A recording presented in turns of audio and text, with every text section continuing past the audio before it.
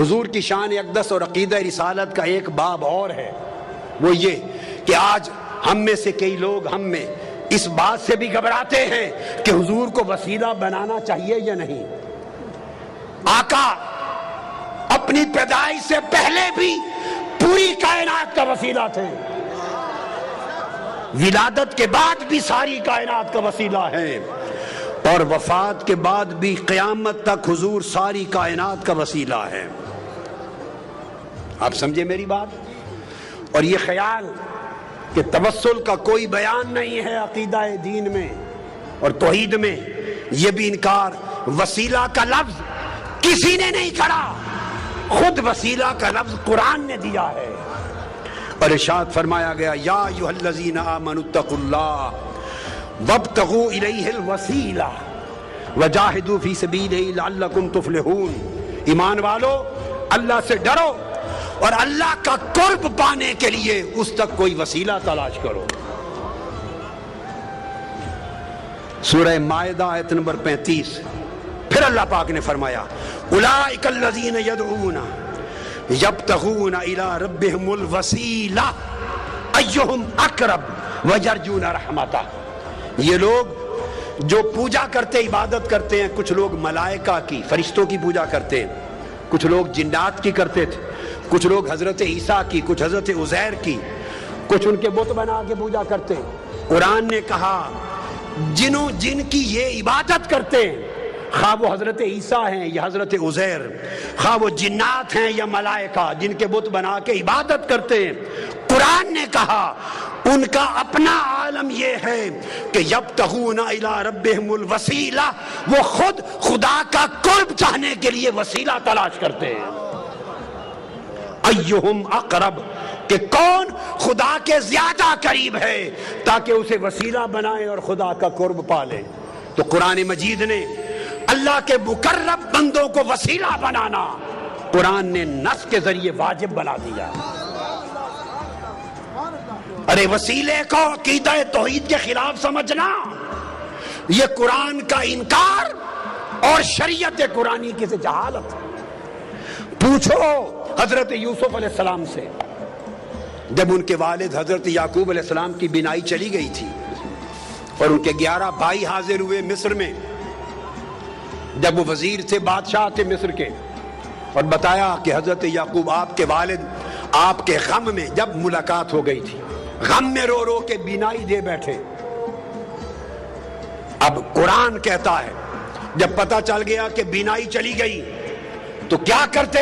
یوسف علیہ السلام ہاتھ اٹھا کے دعا کرتے، عرض کرتے باری تعالیٰ میرے والد حضرت یعقوب کی بینائی لوٹا دے۔ آج صرف یہی طریقہ بتایا جاتا ہے نا، صرف یہ۔ تو یوسف علیہ السلام نے یہ کام نہیں کیا، کر سکتے تھے۔ اللہ کے پیغمبر سے بہتر توحید کو کون جانتا ہے؟ کرتے باری تعالیٰ میرے باپ یعقوب کو بینائی دے دے۔ حضرت یعقوب علیہ السلام خود نبی ہیں، خود نبی ہیں، وہ خود دعا کرتے مولا مجھے بینائی دے دے۔ نہ حضرت یعقوب نے خود براہ راست دعا کی، نہ حضرت یوسف علیہ السلام نے کی۔ تو کیا کیا؟ جب پتہ چلا کہ بینائی چلی گئی، اپنا قمیض اتار کے دے دیا۔ قمیض اتار کر قرآن کہتا ہے اذهبوا بقمیصی ھذا فالقوه علی وجه ابیات بصیرا فلما ان جاء البشیر فالقاه علی وجهه فارتد بصیرا۔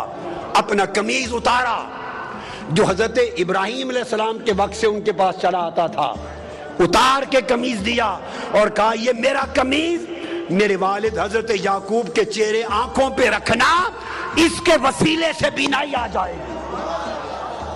قرآن بول رہا ہوں، پر وہ قرآن بتاتا ہے کہ جب وہ قمیض لے کے بھائی آیا، حضرت یعقوب کے چہرے پہ رکھا، حضرت یوسف کے قمیض کے وسیلے سے بینائی لوٹ آئی۔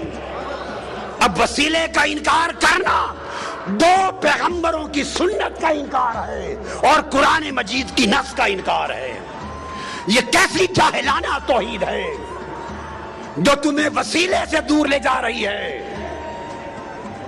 ارے وسیلہ مصطفیٰ کے بغیر تو آپ کے ہمارے باپ حضرت آدم کی توبہ بھی قبول نہ ہوتی۔ آقا علیہ السلام کی اپنی سنت دیکھیے کیا ہے. اپنی سنت آقا علیہ السلام کی کہ حضور خود بھی وسیلے سے دعا کرتے. سبحان اللہ. میں آپ کو حدیث دے رہا ہوں اور یہ حدیث دے رہا ہوں آج تک کسی محدث نے آقا کی اس دعا کی روایت کو رد نہیں کیا. رد نہیں کیا. اور وہ دعا کیا ہے کہ سیدنا علی المرتضیٰ کرم اللہ وجہ الکریم کی والدہ ماجدہ جب وفات پا گئی، حضرت فاطمہ بنت اسد بن ہاشم آقا علیہ السلام کی چچی تھی، پالا تھا، پیار کیا تھا. وفات ہو گئی جب تو آقا کو بڑا غم تھا. ان کی قبر کھودی. مولا علی المرتضیٰ کی والدہ حضرت فاطمہ بنت اسد جب قبر کھودی تو آقا علیہ السلام خود قبر میں لیٹ گئے. پھر ان کو لحد میں اتارا گیا. لحد میں اتار کر جب اتار چکے تو آقا علیہ السلام نے خود قبر پہ کھڑے ہو کے دعا کی. اب جو دعائے مصطفیٰ حضرت فاطمہ بنت اسد ام علی مرتضیٰ کی قبر پر آقا نے کی ہے وہ دعا سنیے. اس کے بعد وسیلہ مصطفیٰ کا انکار کرنا، اس کو چاہیے کہ دین اسلام چھوڑ دے، وہ بے ایمان. کسی محدث نے اس کو رد نہیں کیا. آپ نے دعا کی اور دعا کی اللہم اللذیم اللہ الذی یحیی و یمیت وہو حی لا یموت اغفر لأمی فاطمہ بنت اسد ولقنہا حجتہا. اے اللہ جو زندہ اور سلامت ہے اور قائم و دائم ہے، جو فوت نہیں ہوتا، میری ماں فاطمہ بن اسد کی بخشش فرما، اس کو اس کے کلمہ کی تلقین فرما. اور آگے وَوَسِّعْ عَلَيْهَا مَدْخَلَهَا، اس کی قبر کو اس پر وسیع کر دے. بے حق کے نبی کا، تجھے تیرے نبی محمد مصطفیٰ کا وسیلہ. آقا علیہ السلام دعا کر رہے ہیں. فرمایا وَسِّعْ عَلَيْهَا مَدْخَلَهَا بِحَقِّ نَبِيِّكَ، بالا باری تعالیٰ تجھے میرا واسطہ، میرا وسیلہ، محمد مصطفیٰ کا وسیلہ اس کی قبر کو وسیع کر دے. وَالْأَنْبِيَاءَ الَّذِينَ مِنْ قَبْلِ، اور ان سب نبیوں کا واسطہ، وسیلہ جو مجھ سے پہلے ہوئے. اب یہ کہنا کہ اس طریقے سے دعا کرنا جائز نہیں کہ نبی کے واسطے سے بخش دے، نبیوں کے واسطے سے بخش دے، فلاں کے وسط کے وسیلے سے بخش دے، ایسا اگر کوئی شخص کہے تو اس سے بڑا جاہل کوئی نہیں ہے قرآن اور حدیث کا.